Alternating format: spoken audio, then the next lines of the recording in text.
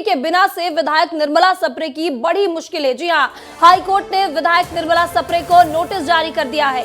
नेता प्रतिपक्ष उमंग सिंघार की याचिका पर यह नोटिस जारी किया गया है। कांग्रेस ने निर्मला सप्रे की सदस्यता रद्द करने की मांग की है, जिसके बाद कांग्रेस छोड़ बीजेपी में शामिल होने वाली थी निर्मला सप्रे। विधानसभा अध्यक्ष को भी नोटिस भेजकर जवाब मांगा गया है। कांग्रेस ने स्पीकर से सदस्यता रद्द करने की मांग की थी।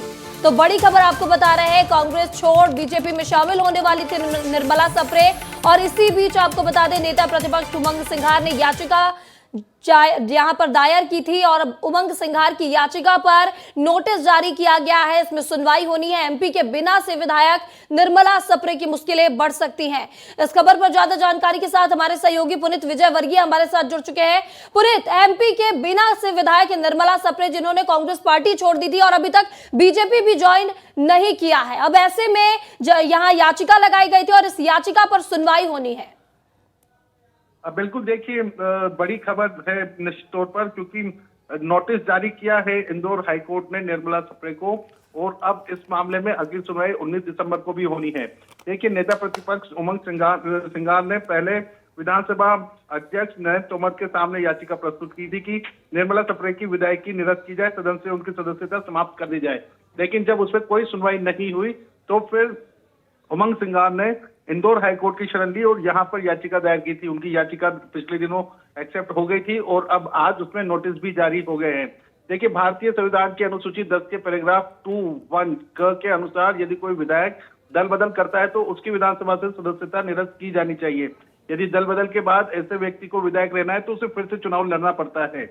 यह नियम है, तो इस नियम के तहत ही कार्रवाई की जाना है। और अब निश्चित तौर पर जब हाईकोर्ट की शरण में चले गए हैं नेता प्रतिपक्ष, तो विधायक निर्मला सप्रे की मुश्किलें बढ़ना तय है। महिमा, बिल्कुल बिल्कुल। पुनीत, एक चीज और आपसे जानना चाहेंगे, जब इतने दिनों से याचिका लगाई गई थी, यहाँ विधानसभा में भी याचिका लगाई गई थी, तो अभी तक आखिर याचिका रद्द क्यों नहीं की गई?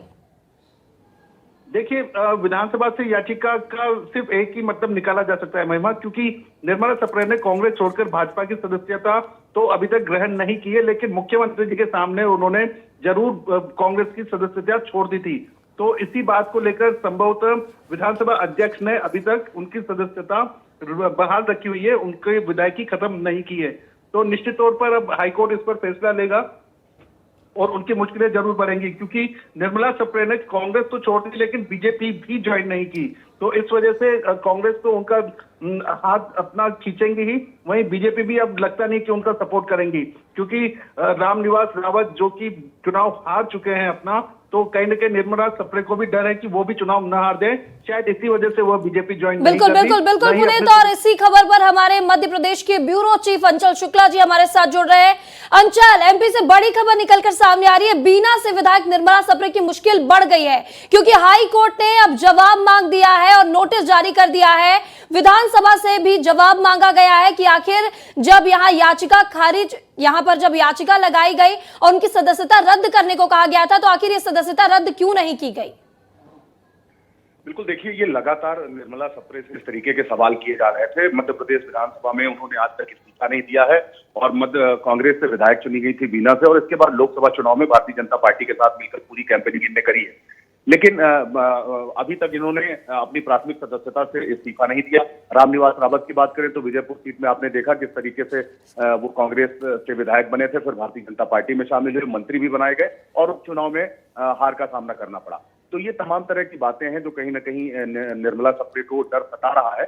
तो अब इसमें कोर्ट ने नोटिस जारी किया है, उनसे जवाब मांगा है कि आखिर आपने भारतीय जनता पार्टी में अगर आप शामिल हो गई हैं तो फिर आपने कांग्रेस की प्राथमिक सदस्यता से इस्तीफा क्यों नहीं दिया, और मध्य प्रदेश विधानसभा में भी उनका किसी भी तरीके का इस्तीफा नहीं प्राप्त हुआ है।